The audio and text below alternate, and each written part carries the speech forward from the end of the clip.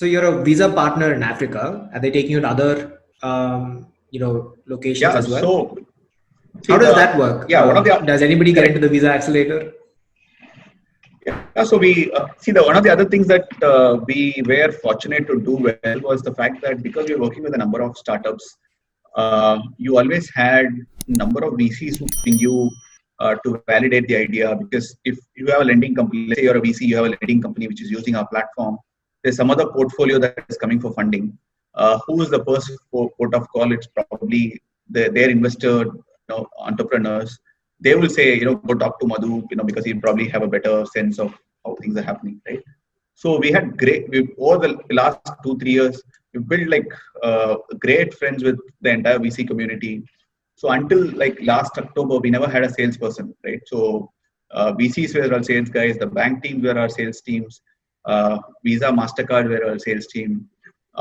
We You're the only simply sales would guy. tell them, that's right. Yeah, I'm the only sales guy, right? And I do a fairly bad job at it. So basically, we just figured that you don't need to add salespeople.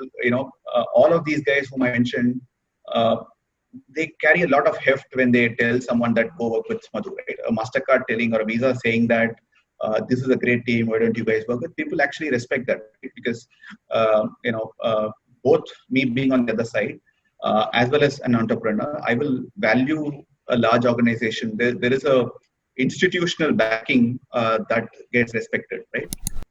So we actually spent a lot of time telling these folks what we are doing differently, what's the excitement that we can drive to them, right? Saying, is what, if your bank is not doing, let me help you do this, right? Because we are actually fulfilling their agenda as well.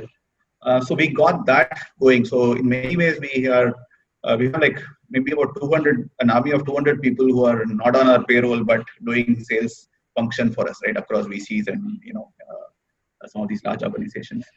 And in the world that we are in today, where it is mobile-led, mobile-first ecosystem, where in many markets, product ideas get replicated, right? You pick something that's working in the West, say that you want to do it here. Like, in our portfolio today, I have about 6 or 7 Revoluts of India, right?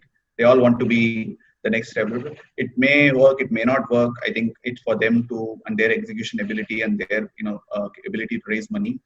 But the truth is, for someone like a Visa or a Mastercard, their role, their day job is to make sure if there are 6 companies that are, trying to become the Revolut of India, they may as well support all 6 of them, right? So that bet on all the horses, one will definitely win, right? So what they needed was air cover to make sure that execution happens. If you go back to my experience, while I can get a fintech to work with a bank, my frustration of starting a company was the fact that that execution horsepower was non-existent in the market, right?